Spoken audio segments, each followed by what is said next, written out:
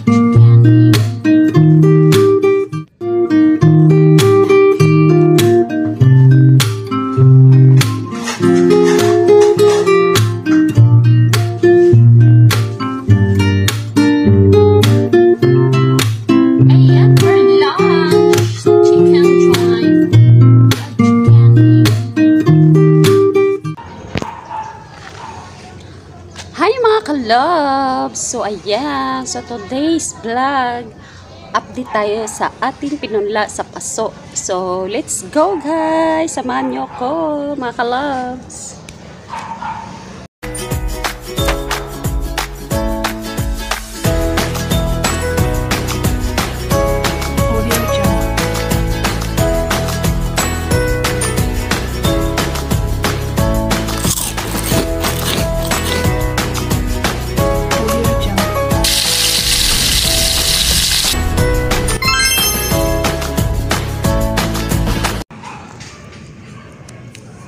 So ayan mga ka-loves, ang ating mga pinunla.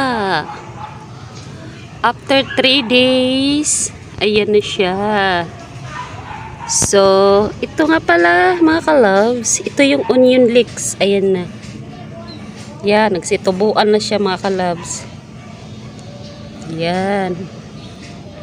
Pag malaki-laki na siya mga ka-loves, maganyan na siya, mga 2 inch. Pwede na natin ilipat sa lupa yan. Pero for now mga ka-loves, parang hindi ko ililipat yan sa lupa kasi itatanim natin yan sa mga bottle of cook. Ayan. Kasi maliliit lang naman siya. Maliit lang mga ugat niyan, kaya sa bottle natin yan ilalagay ang onion leeks. So this is mga ka-loves. Ayan, after 3 days, ganito na siya yung ating kangkong. Ayan. Mahaba na siya mga ka-loves. Ayan. Yan. So ito din mga ka-loves. Ayan, mga kangkong tatanim natin. Ililipat natin yan after 5 days. Kasi ito, hindi pa to pwede mga ka-loves. No? Kangkong din to mga ka-loves. So this is it mga ka-loves. Ito yung ating sitaw.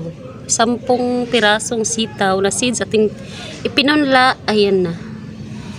Yan. Ito na siya mga ka-loves.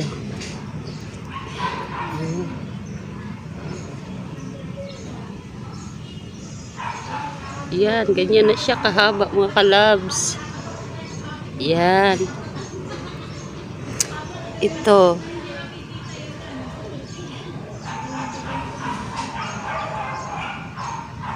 Yan. After 3 days mga ka-loves, ganyan na siya mga ka-loves. Yan. Ganyan siya. Apat na pasok. Yan. And then ito mga ka-loves ang ating pinunla. Yan. After 3 days, okra naman to mga ka-loves. Yan. After 5 days natin ililipat sa lupa ang ating okra mga ka-loves. Ayan.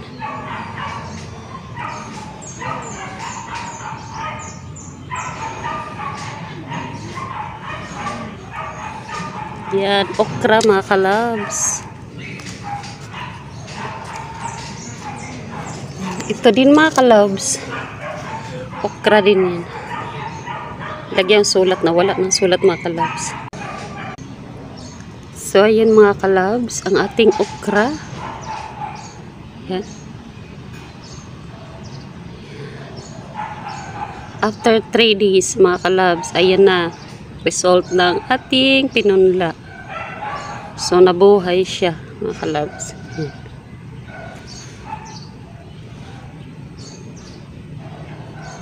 Ayan. And then, mga kalabs, ito ang ating mga after 3 days pinunla natin na mustasa. Ayan. Yan ang mga kalabs ating pinunla ng mga mustasa. Madali lang talaga yung tumubo, mga kalabs. Mustasa. Yan.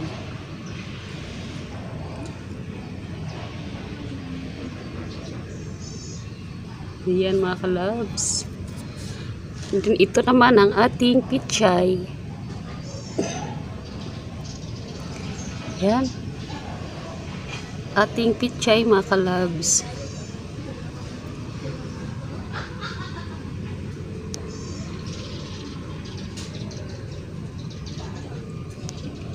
Yan. Sana madadami atong gulay mga kalabs kasi malapit na ng tag-ulan kaya timing lang ang ating pagtanim. So ayan. So ayan mga kalabs, oh. Parang paulan na siya. Yan, dito naman ang ating pinula mga kalabs. Hindi ko pa na bisbisan. Ito na yung okra na pinula natin sa lupa. Yan. After 3 days.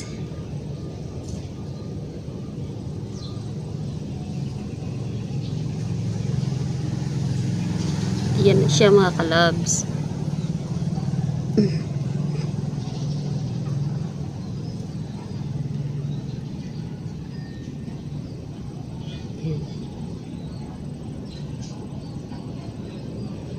Yan.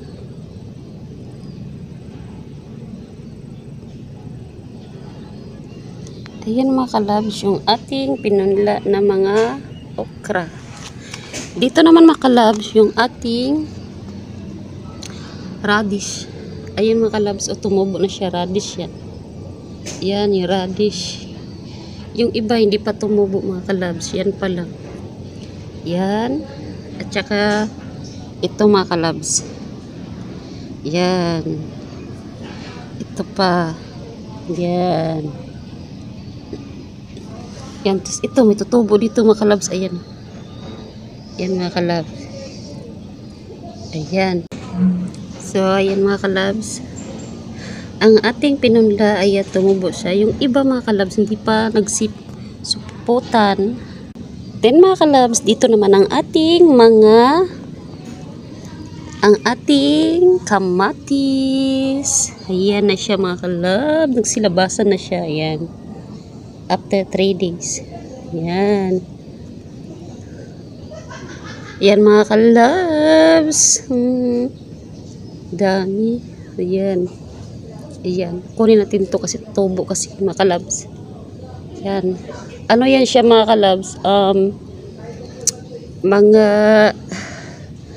Ayan. Yung dalawang pinunla ko mga kalabs. Ayan. Yan na siya mga kalabs. Mga pinagpupunla. Ayan na siya. Ayan. So napakaganda. Masaya ako mga kalabs. Sinabuhay na mga kalabs. Yung iba nating pinunla.